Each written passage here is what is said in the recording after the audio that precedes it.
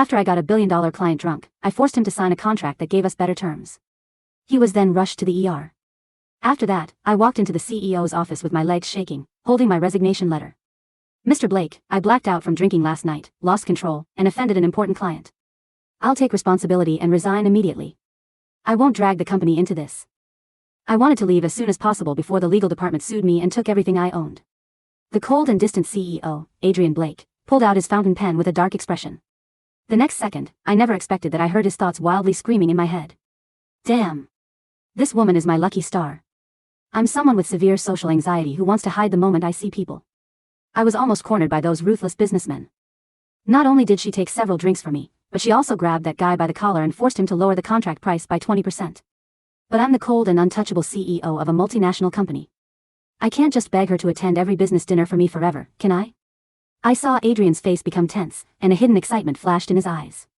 I quickly grabbed my resignation letter, tore it apart, and said, Mr. Blake, I know I made a mistake. Please let me redeem myself.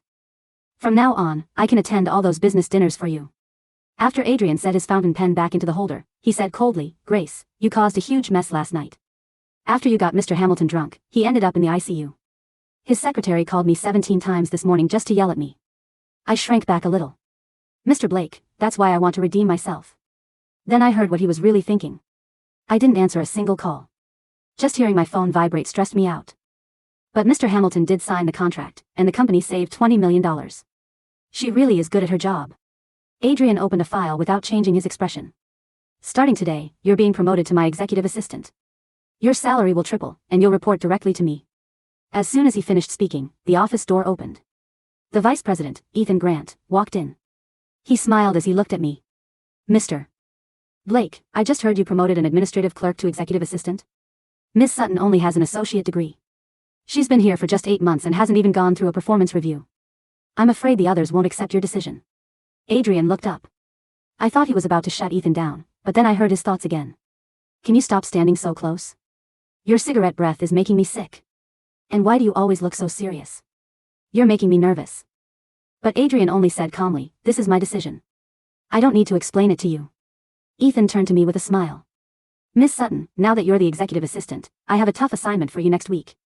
Everyone knows Mr. Carter from Summit Realty is impossible to deal with. He won't talk business until you've drunk enough to satisfy him. Our last PR manager quit because of him. He patted my shoulder. Since Mr. Blake thinks so highly of you, would you be willing to attend the dinner with Mr. Carter? The last 8 people who drank with Mr. Carter got so drunk they had to be carried out. Ethan is obviously doing this on purpose. Adrian's face darkened as he thought to himself. I took a deep breath and smiled at Ethan. Sure. I'll attend Mr. Carter's dinner. Ethan left with a satisfied smile. The moment the door closed, Adrien suddenly stood up. I heard his irritated thoughts. You're actually going to Mr. Carter's dinner? If something happens to you, who's going to drink for me at these business events? But all he asked was, did you sign up for your health insurance? Yes. Good. He sat back down, turned on his computer, and said, I'll have accounting send you a clothing allowance. Don't wear those cheap outfits and embarrass me. What he was really thinking was, I don't want people looking down on her or picking on her because of what she wears. My employees should always look professional. That same night, $80,000 was deposited into my bank account. The note simply read, clothing allowance. My hands shook with excitement as I stared at the amount. 3 days later, I followed Adrien into a private club, wearing a custom-tailored business suit. The private dining room was filled with cigarette smoke. Michael Carter from Summit Realty sat at the head of the table, surrounded by 4 or 5 middle-aged businessmen. Hello, Mr. Blake. Have a seat. Michael slapped the table as he told the servers to take care of Adrien. 6 crystal glasses were placed on the table. Instead of red wine, they were filled with a mix of whiskey and vodka, a notorious combination that could get someone drunk in no time. Michael smiled as he pushed one of the glasses toward Adrien. Mr. Blake, this is our first time working together. You have to show me some respect. Finish this glass, and everything else will be easy to negotiate. Adrien rested his fingers lightly on the glass as he thought, I'm doomed. Just the smell makes me want to throw up. Last time I only took 1 sip and spent 40 minutes throwing up in the bathroom. But if I don't drink, he'll think I'm disrespecting him. The deal will fall apart, and that bastard Ethan will definitely use this against me. Everyone at the table was watching Adrien. Michael only smiled. At that moment, one of Ethan's people sitting quietly in the corner raised a phone and aimed the camera at Adrien. Without thinking, I reached over, grabbed the glass in front of Adrien, and raised it to my lips. I finished the whole drink in one gulp, then slammed the empty glass onto the table. Mr. Carter, Mr. Blake isn't feeling well today. His stomach is bothering him, so he can't drink. I'll finish every glass on this table for him. Michael froze for a second, then burst out laughing. Wow. Are all of Mr. Blake's people this good at drinking? Great. Since you're so brave, let's see how much you can really handle. For the next 2 hours, I faced all 4 men from Michael's side by myself. After every drink, I smiled and talked business with them. After my 3rd glass, Michael's PR director got drunk first. After my 5th glass, his 2 business partners started talking nonsense. After my 7th glass, even Michael was pounding the table and slurring his words. The whole time, Adrien sat calmly at the head of the table without taking a single sip of anything. His face stayed cold and unreadable, but I could hear the screaming inside his head. Oh my God, she can still drink after her 8th glass? How is her stomach this strong? She's amazing. I want to clap for her, but I can't move. I'm the CEO. CEOs aren't supposed to do that. Michael was completely drunk by then. He held onto my hand and refused to let go. Sis. No, Miss Sutton. Whatever you say goes. I'll sign the contract. Before he could pass out, I quickly pulled the contract and a pen out of my bag and stuffed them into his hand. Mr. Carter, I like doing business with straightforward people like you. Give us a 15% discount, and everybody wins. He signed the contract with a shaky hand. The man Ethan had planted in the corner to secretly record everything had slipped away without anyone noticing. When the dinner was finally over, everyone else was helped out by their assistants. Only Adrien and I were left in the private room. The moment the door closed, Adrien's expression changed. He leaned against the wall, loosened his tie halfway, and slowly slid down as his legs gave out beneath him. Inside, he was thinking, I was dying inside the whole time. Socializing is torture. I couldn't help laughing when I saw the mighty CEO like this. Mr. Blake, are you okay? He immediately straightened up, adjusted his tie with a blank face, and said, You drank a lot tonight. Don't come to work tomorrow. Stay home and rest. But I knew what he was really thinking. Please don't actually take the day off. If there's another business dinner tomorrow and you're not there, I'm doomed. It's okay. I can handle it. I'll be at work tomorrow like usual, I said. Adrien lowered his head, pulled out a black credit card from his pocket, and placed it on the table. This is for you. It has no spending limit. My eyes lit up. He let out a quiet snort. Think of it as overtime pay for tonight. Don't read too much into it.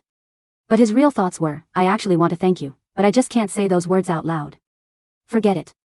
Giving you money is less awkward. I carefully put the black card away and smiled. Over the next week, I attended 3 more business dinners. I thought this job was just about drinking, signing contracts, and making money. Until one morning, I was carrying some files to a meeting on the 36th floor. As the elevator doors opened, a woman in a business suit walked straight toward me. 4 assistants followed behind her. Move. She didn't even look at me. A coworker from the PR department leaned over and whispered, That's Emily Dawson, our new PR director. She and Mr. Blake have known each other since they were kids. The day she came back from overseas, she said. What did she say? My coworker gave me a meaningful look. She said she came back because she's going to marry Mr. Blake. They've known each other for over 20 years. I froze. At that moment, I heard Adrien's thoughts from somewhere on the 36th floor. Why is that annoying Emily here again? She keeps using the fact that we grew up together as an excuse to get close to me. Last time she insisted on holding my hand. I pretended to be sick for 3 days just to avoid her. She talks way too loudly. Whoever let her into my office is going to regret it. I tightened my grip on the files in my hands. I had barely settled into my new job, and another rival had already shown up. During Emily's first week at the company, we had 3 major meetings. Every single time, she targeted me. I heard Miss Sutton's job is just drinking for Mr. Blake at business dinners, right? Isn't that basically what a hostess does? I've known Adrien since we were kids. I know him better than anyone. The kind of woman he hates most is one who uses her looks to get ahead. Blake Group isn't a place where just anyone can get in. People around the conference room quietly laughed at me. But I just smiled and stayed silent because I heard Adrien's desperate thoughts. Oh no. Emily is being way too harsh. She says I hate women who use their looks to get ahead. I can barely even look people in the face. I really want to go help her, but there are 30 people in that conference room. I don't have the courage to walk in. Since he couldn't help me, I had to handle it myself. But Emily quickly became even worse. 3 client files disappeared from my desk that Friday, and even the backups in the system had been erased. Half an hour later, Emily posted a photo from an upscale restaurant on social media. Having a wonderful second meeting with Mr. Carter. Using her status as Adrien's childhood friend, she stole the client I had worked so hard to win. Then I heard Adrien's thoughts again. She actually stole Grace's client? Has she lost her mind? But I don't have any proof she did it. I can't just fire her either. The older members of both the Dawson and Blake families would never accept it. I remembered what she had done, and I had no intention of letting her get away with it. But I didn't complain, because Emily was about to hand me an even bigger opportunity. That afternoon, Adrien was in a video conference with executives from overseas. Without knocking, Emily barged into his office and wrapped herself around his arm. "Adrien, you promised to take me to dinner." Adrien immediately pulled away in anger while yelling in his head. "She touched me. Did my face twitch just now? Did the people on the video call see that?" He looked at her coldly. "Please leave. I'm in a meeting." Emily pouted and walked back out. Standing outside the office, I watched the whole thing. And I discovered Adrien's secret. The Dawson Group's cash flow had collapsed in the third quarter. Just last week, they had secretly sold off 2 of their prime properties in Willowbrook. Emily isn't here to work at all. She's here to use Blake Group to find new investors and keep the Dawson Group alive. I laughed to myself. 3 days later, Emily sent a company-wide email announcing a luxury business gala. She invited many of the biggest names in the business world. I wasn't invited. Instead, I received a message from her assistant. "Miss Sutton, Ms. Dawson would like you to help serve the VIP guests that evening. You'll receive overtime pay." When Adrien found out Emily wanted his executive assistant to work as a server, he nearly exploded. Damn it. Every guest there is a major business leader. Is she using my name to help the Dawson Group raise money? I have to stop Grace from going. If someone bullies her, it'll be a disaster. But I can't skip a 300-person gala either. Just thinking about it gives me a headache. I calmly replied to Emily's assistant. "Okay. I'll be there."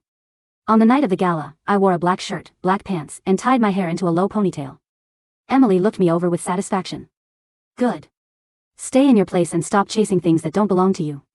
She spent the evening pitching Dawson Group's projects to the guests. Not once did she mention Adrien or Blake Group. I carried a tray, poured drinks, and quietly listened. Emily was proudly introducing one of Dawson Group's resort projects to Thomas Thornton, the CEO of Everton Group. "Mr. Thornton, don't worry. Adrien and I have been close since childhood. The Blake family has always supported the Dawsons without question. If you invest in this project, you'll make your money back by next year." As I refilled Thomas's wine glass, he nodded politely. "You have a very steady hand." I smiled.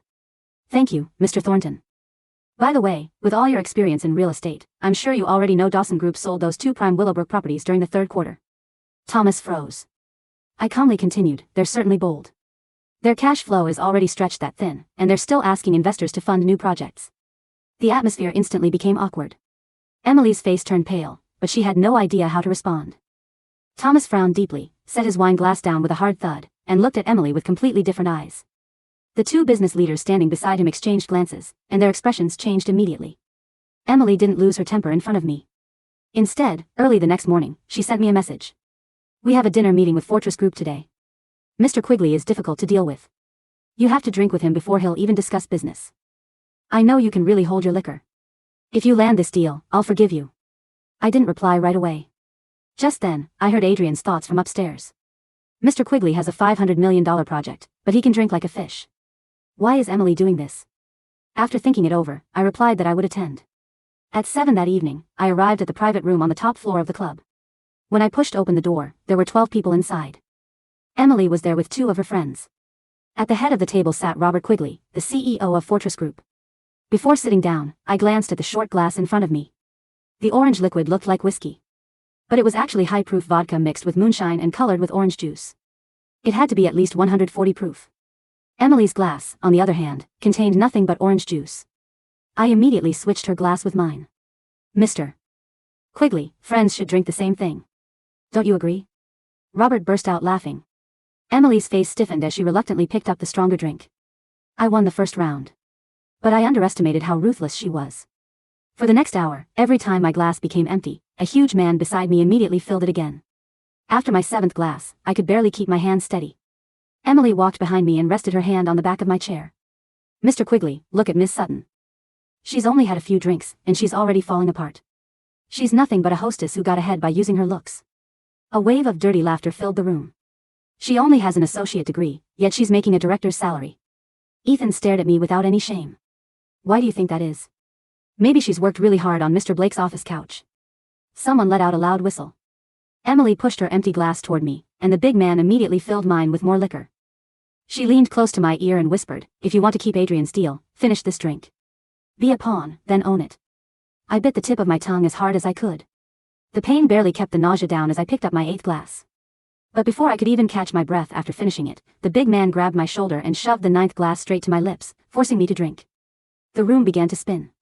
Emily suddenly grabbed my collar and yanked me forward. I started coughing violently. She leaned close and whispered with a cruel smile, "There are reporters waiting outside. The second that door opens, photos of you being forced to drink will become the top trending story. Adrien won't want you after that. I'm the one who grew up with him. I'm the only woman who's worthy of being with him. Who do you think you are?" Then she straightened up and smiled brightly. "Come on. Miss Sutton is tonight's star, so she has to keep drinking." The 10th glass was shoved into my hands. But I couldn't even hold it anymore. Liquor spilled over my fingers and ran down my hand. Emily sneered and threw the drink all over me. My white blouse was soaked in an instant. She gasped dramatically. "Oh. Miss Sutton, why are you putting on such a slutty show?" The men openly stared at me. I coughed until tears streamed down my face. As I tried to stand, one of the chair legs suddenly slipped, and I crashed onto the floor. "MS. Sutton, are you planning to drink from the floor now?" Emily and her friends covered their mouths as they laughed. Emily walked over and kicked my knee. Robert flicked the ash from his cigar. "Miss Sutton, if you kneel and finish this glass, I'll sign the contract right now." Emily crouched beside me. Her sharp fingernails dug into my chin as she forced me to lift my head. Looking at my face, drenched with liquor and filled with humiliation, she said mercilessly, "Mr. Quigley, this is Blake Group's negotiator. A worthless pawn crawling on the floor. Adrian's company is yours to crush." I wanted to curse at her, but no words came out. The big man behind me pinned my shoulders down. Emily picked up another full glass of liquor and used the rim to pry my mouth open. "Drink it." Just as the icy liquor was about to pour down my throat. Boom. With a thunderous crash, the solid wooden door exploded inward from a powerful kick. The heavy oak door didn't just open, it flew off its brass hinges with a deafening crack, splintering into the room and missing Emily by mere inches. The laughter in the room vanished instantly. Framed in the doorway stood Adrian Blake. His tailored charcoal coat hung over his broad shoulders, his silhouette dark and imposing against the brightly lit corridor. Behind him, 6 burly guards in black suits stood like an invading army. Adrian's face was terrifyingly calm. His dark eyes flicked over the scene, the spilled liquor, the kneeling men, Emily's hands still gripping my hair, and me, collapsed on the floor soaked in poison. An icy pressure descended on the room. Nobody dared to breathe. "Hey, Adrien?" Emily gasped, her voice trembling as she hastily pulled her hand away from my chin. What are you doing here?" "We were just celebrating." Adrien didn't answer her. He took 3 slow, measured steps into the room. Every step sounded like a death knell. But the second he took those steps, his inner voice exploded inside my head like a panicking fire siren. "Holy shit. My toe." I kicked the door way too hard. I think I broke my big toe. "Oh God, there are 12 people in here, why are they all staring at me?" My heart rate is 190, I'm going to faint, I'm literally going to faint right now. But look at what they did to Grace. Look at her. They poured liquor on her. They soaked my MVP. If I don't look like an avenging demon right now, I will never forgive myself. Channel the villain, Adrien. Do not throw up. Despite the excruciating pain in my stomach, I almost choked on a laugh. This man was internally hyperventilating while projecting the aura of a serial killer. Adrien stopped right in front of Emily. He looked down at her with eyes so cold they could freeze steel. "Hands off," he said, his voice dropping an octave, smooth, low, and lethal. Emily backed away so fast she stumbled over her own high heels. "Adrien, listen to me." She was disrespectful to Mr. Quigley. She was making a scene. Adrien ignored her completely. He bent down, picked me up off the floor as if I weighed nothing, and pulled me into his arms. He immediately unbuttoned his custom wool coat and wrapped it tightly around my wet, shivering body, shielding me from the prying eyes of the men in the room. His scent, clean cedar and subtle sandalwood, instantly replaced the disgusting stench of cheap moonshine. "She's so cold. Her clothes are completely soaked," his mind screamed in sheer agony. "Who gave them permission to touch her? I'm going to buy Fortress Group tomorrow just to fire Quigley. I'm going to erase the Dawson Group from the map. If Grace dies of alcohol poisoning, who is going to talk to people for me? Who is going to save me from small talk at parties?" Robert Quigley stood up, trying to maintain his composure. "Mr. Blake, this is a private business dinner. Your assistant here has no manners." Adrien turned his head slowly. The look in his eyes made Quigley's words freeze in his throat. "Mr. Quigley," Adrien said, his voice flat and terrifyingly steady. "Fortress Group's loan application with Blake Commercial Bank was scheduled for approval tomorrow morning. Consider it rejected. Furthermore, my legal team will file charges against you and everyone in this room for intentional poisoning, assault, and corporate espionage within 30 minutes. Quigley's face drained of all color. What? You can't do that over a mere assistant. She is not a mere assistant, Adrien said coldly. She is the executive assistant to the CEO of Blake Group. Disrespecting her is declaring war on me. Did I sound cool? I think I sounded so cool. Adrien's mind roared wildly with frantic excitement. Oh man, my heart is beating out of my chest. I need to get out of here before my hands start shaking. Grace, please don't faint yet. Hold on. Adrien turned on his heel, holding me tightly against his chest, and marched out of the room. As he passed his chief of security, he tossed out one final order. Seize all phones. Delete all recordings. If a single photo leaks to the press, put every person in that room on the industry blacklist. Yes, Mr. Blake. As we exited the private club, the cool night air hit my face. My head was spinning wildly from the high-proof vodka, and my stomach burned like fire. Adrien carried me into the back of his executive Maybach. The moment the dark-tinted doors closed, shutting out the outside world, the terrifying, untouchable CEO collapsed back against the leather seat, clutching his chest and panting heavily. Oh God, oh God, oh God. That was so scary. Why were there so many people? My legs are like jelly. Did I look cool? Did Grace see how awesome I was? I leaned against his shoulder, coughing weakly, and murmured, Mr. Blake, you were very cool. Adrien froze. His entire body turned stiff as a board. She heard me? No, wait, she couldn't have. I didn't say that out loud. Did I say that out loud? He turned his head stiffly, adjusting his collar, his face returning to its emotionless mask. Nonsense.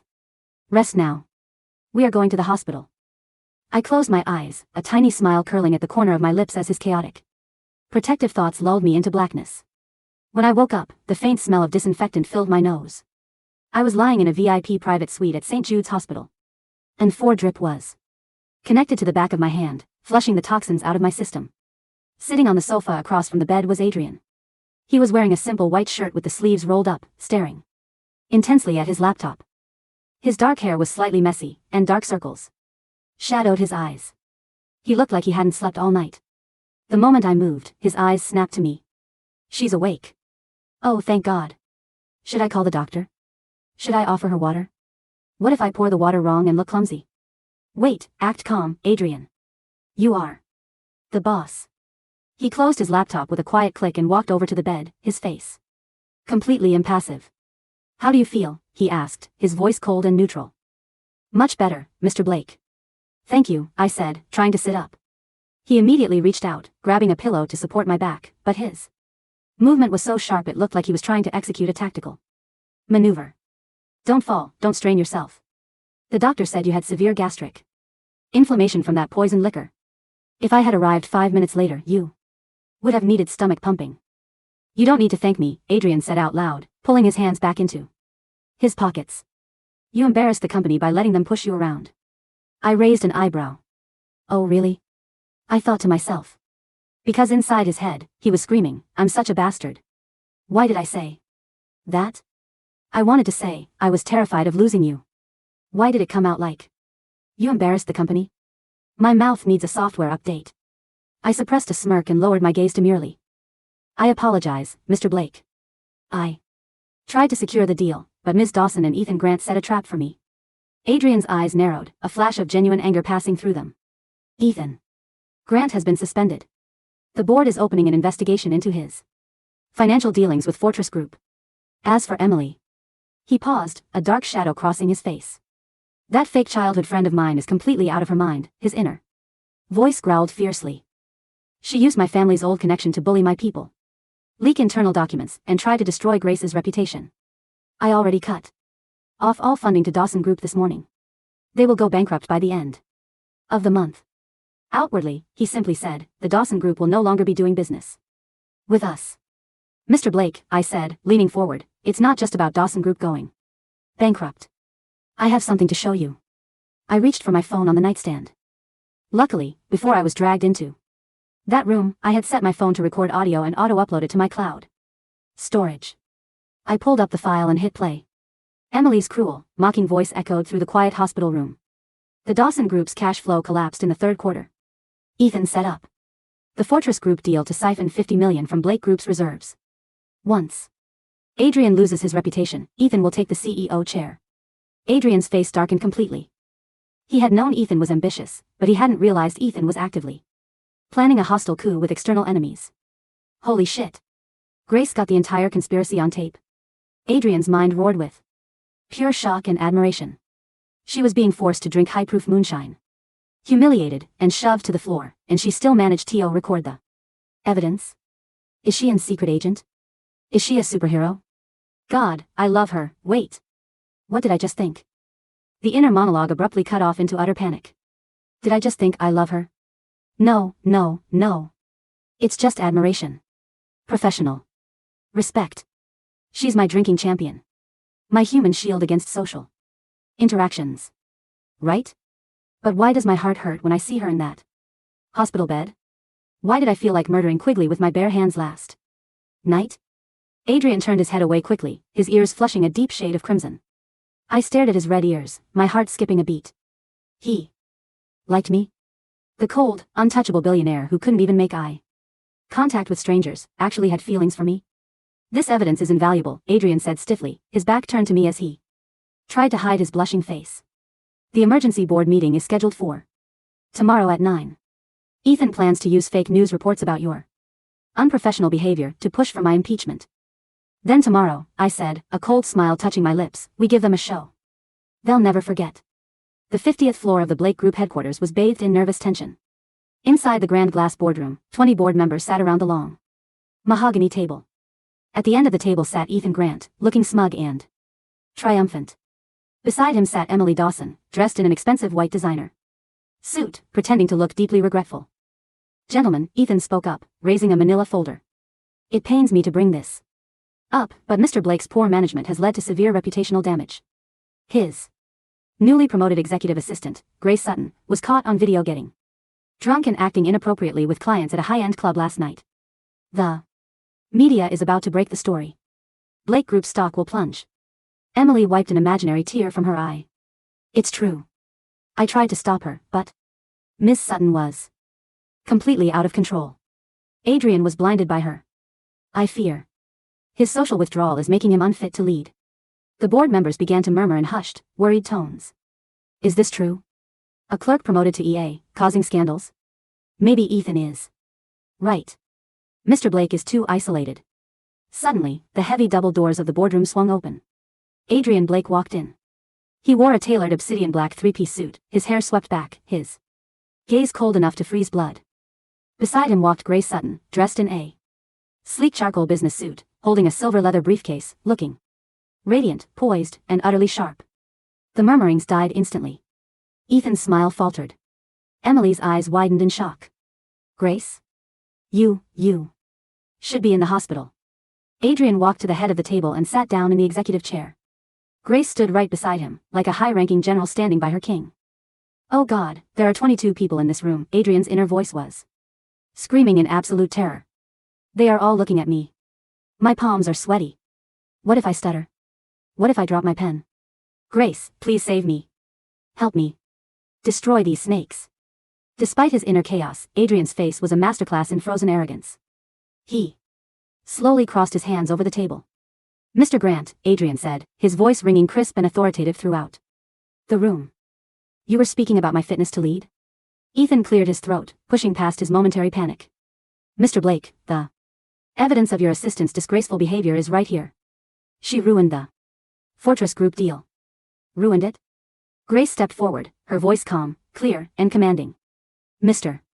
Grant, are you referring to the Fortress Group deal where Mr. Quigley attempted to force me to drink spiked, illegal moonshine to extort a $50 million subcontract out of Blake Group? She opened her briefcase, pulling out a stack of documents and a USB drive. This is the toxicology report from St. Jude's Hospital, confirming the presence of industrial chemical additives in the drinks provided by Fortress Group last night, Grace announced, sliding the documents down the center of the table. And this, Grace continued, plugging the USB drive into the conference system, is the full audio recording of last night's conversation. She pressed play. The speakers roared with Emily's arrogant voice detailing how Ethan Grant had promised to split a $50 million kickback from Fortress Group in exchange for staging the scandal to impeach Adrien. Ethan's face went from pale to ghostly white. He slammed his hands on the table. This is fake. This is an AI-generated forgery. Is the bank account statement fake too? Grace asked smoothly, bringing up a complex financial ledger on the giant wall screen.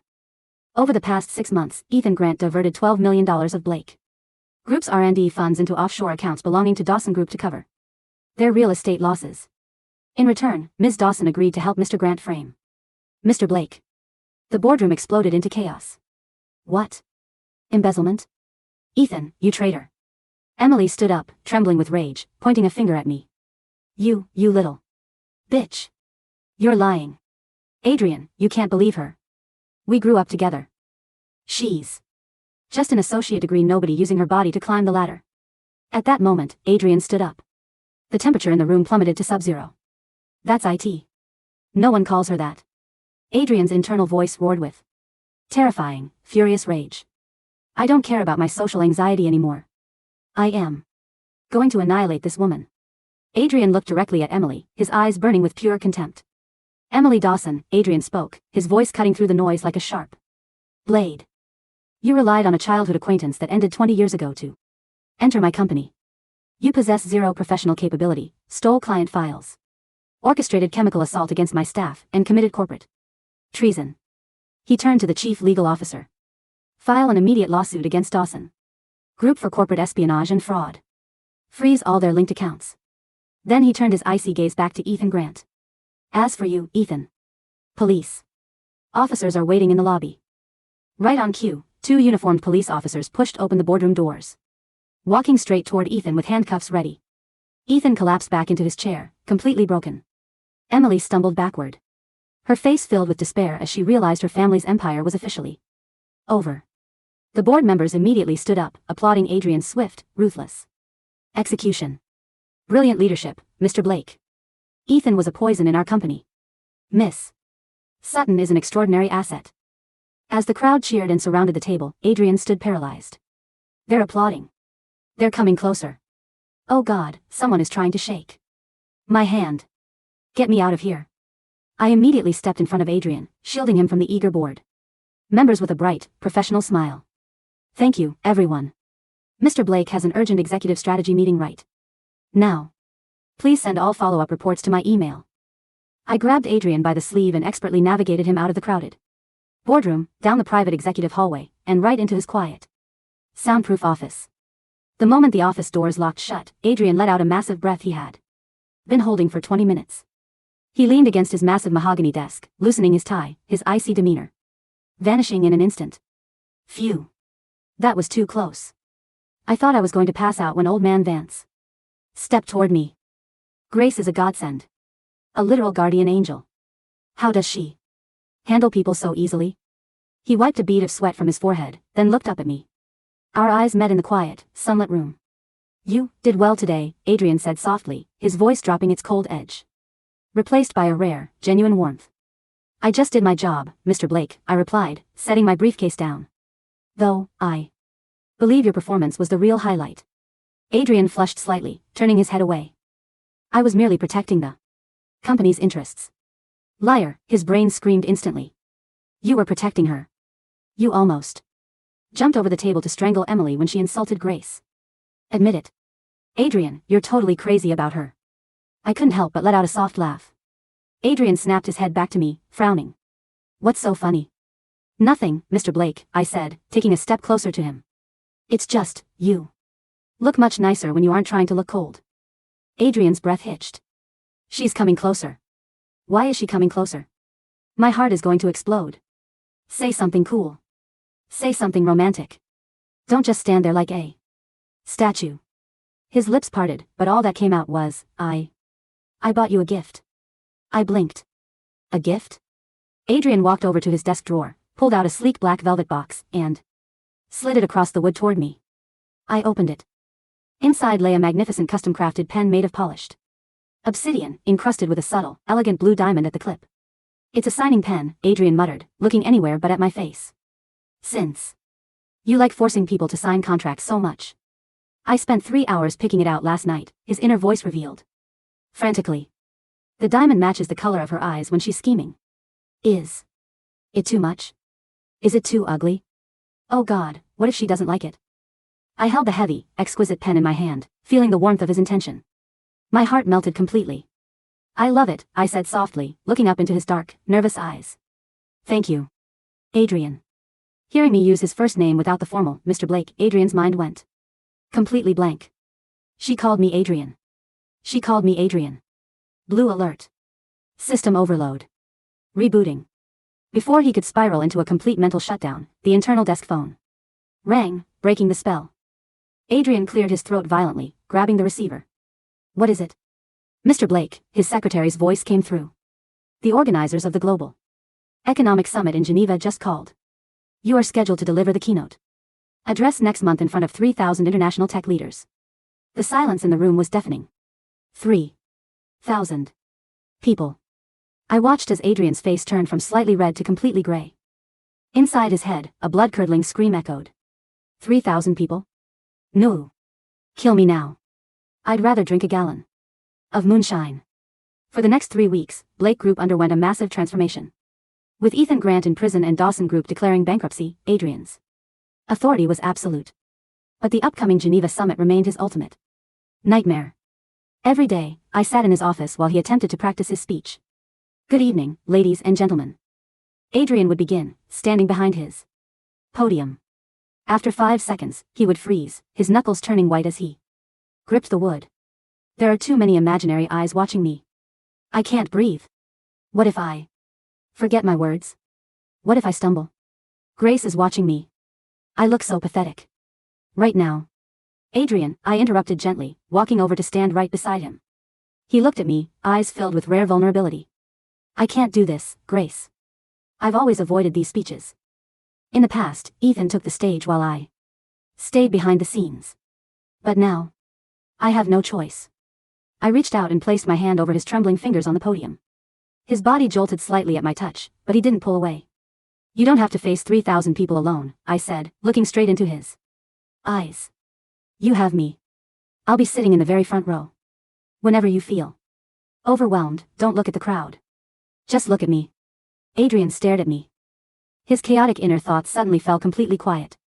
Just look at her. His mind whispered, soft and filled with an overwhelming emotion. She's not just my drinking assistant. She's my anchor. With her by my side, maybe I don't have to hide in the dark anymore. Okay, Adrien said out loud, his voice steadying. Just look at you. 1 month later. Geneva, Switzerland. The Grand Palace Hall was packed to maximum capacity. 3,000 foreign dignitaries, tech titans, and global journalists filled the sweeping auditorium. Camera flashes flickered like a storm of stars. Backstage, Adrien was dressed in a flawless tuxedo. His hands were tucked into his pockets, but I could hear his nervous system working overtime. Heart rate, 160. Breathing, shallow. Desire to hide under a blanket, 1,000%. I stepped up to him, adjusting his bow tie. Ready, CEO Blake? Adrien looked down at me, a subtle, confident smirk playing on his lips despite his inner terror. Only if you're in the front row. Always. The announcer's voice echoed over the powerful sound system, and now, presenting the keynote speaker, CEO of Blake Group, Mr. Adrian Blake. Thunderous applause broke out. Adrien took a deep breath, straightened his jacket, and walked out onto the colossal stage. The moment he stepped into the blinding spotlights, a massive hush fell over the crowd. He looked like an absolute monarch, tall, cold, powerful, and mesmerizing. He stepped up to the microphone. For a split second, he panicked. Oh God, there are so many heads. It's a sea of heads. Then, his eyes swept down to the center of the front row. There I sat, wearing an emerald green evening gown, smiling up at him, giving him a small nod. Adrien's chest expanded. He locked his eyes onto mine, ignoring the 2,999 other people in the room. Technology, Adrien began, his voice deep, resonant, and effortlessly commanding, carrying through the loudspeakers with hypnotic power, is not merely about algorithms. It is about human connection. For 20 minutes, he delivered a masterclass speech. He spoke of vision, innovation, and the future of global enterprise. He didn't stutter once. He didn't falter. He was brilliant. When he delivered his closing line, the entire hall stood up in unison. A Deafening standing ovation erupted, shaking the glass ceiling of the building. On stage, Adrien bowed elegantly. Inside his head, he was singing at the top of his lungs. I did it. I didn't faint. I didn't die. Did you see that, world? I am the CEO of the century. And my girl is looking at me like I'm a god. I laughed aloud amidst the cheering crowd, my eyes shining with tears of pride. The afterparty was held on a private luxury yacht cruising across the midnight waters of Lake Geneva. Music floated through the air, and waiters served champagne to high society guests. True to our agreement, I handled the business networking. I drank 3 glasses of vintage wine with the French Minister of Commerce, secured a $100 million partnership deal with a Swiss tech tycoon, and expertly fended off 5 annoying journalists. Meanwhile, Adrien sat gracefully on the top deck's lounge chair, holding a single glass of sparkling water, looking untouchable and mysterious. By 1 a.m., the guests began to disperse. I walked up to the top deck, holding the newly signed partnership agreements. The cool night breeze blowing through my hair. Adrien stood by the railing, looking out at the dark, shimmering lake. All deals secured, Mr. Blake, I said, walking up beside him. We won. Adrien turned to look at me. The moonlight caught the sharp angles of his face, softening his usual cold expression. Grace, he said quietly. Yes? He reached into his inner pocket and pulled out a fresh document, sliding it across the cocktail table toward me. I picked it up. It was a formal contract. I scanned the title, Lifetime Executive Partnership and Exclusive Management Agreement. I read through the terms aloud. Clause 1, Party A, Grace Sutton, agrees to manage all social interactions, business dinners, and public events for Party B, Adrian Blake. Clause 2, Party B agrees to transfer 30% of his personal shares in Blake Group to Party A. Clause 3, Party B grants Party A full authority over all personal and professional decisions regarding Party B. Clause 4, this contract is permanent, non-negotiable, and bound by a legal marriage license. I stopped reading, my breath catching in my throat. I looked up at Adrien in total shock. The legendary cold CEO was standing there, his hands trembling slightly, his jaw tight, trying his absolute hardest to maintain his stoic composure. Mr. Blake, what is this? I asked, my voice barely a whisper. Adrien cleared his throat stiffly. It is an updated employment contract. The terms are very favorable to you. You should sign it. Say it, you coward, his internal voice screamed in sheer, agonizing panic. Don't call it an employment contract. Tell her you love her. Tell her you can't live a single day without her. Tell her she is the only light in your dark, anxious world. My heart is going to stop. Sign it, please sign it. I looked at his stoic, silent face, then listened to the chaotic, passionate declaration screaming inside his mind. A tear slipped down my cheek, followed by a radiant, beautiful smile. I pulled out the obsidian diamond pen he had gifted me, flipped to the last page of the contract, and signed my name with a bold, elegant stroke. Contract signed, Mr. Blake, I said, stepping right up to him, wrapping my arms around his neck. Adrien froze for a fraction of a second before his arms tightened around my waist, pulling me fiercely against his chest. You didn't even negotiate the terms, Adrien murmured against my hair, his voice thick with emotion. I leaned back, looking into his deep, dark eyes, and whispered right into his ear. I don't need to negotiate, Adrien. Because I already know everything you're thinking. Adrien gasped softly, his eyes widening in pure shock. Wait, what does she mean by that? Does she know? Before his frantic mind could even finish the thought, I pulled his tie down and pressed my lips firmly against his. The cold, distant CEO melted completely in my arms. He kissed me back with a passionate, desperate warmth that shattered all his icy walls, holding me tight as the yacht carried us across the moonlit lake. Inside his head, the chaotic screaming finally stopped, replaced by a single, perfectly clear thought. She's mine. Forever.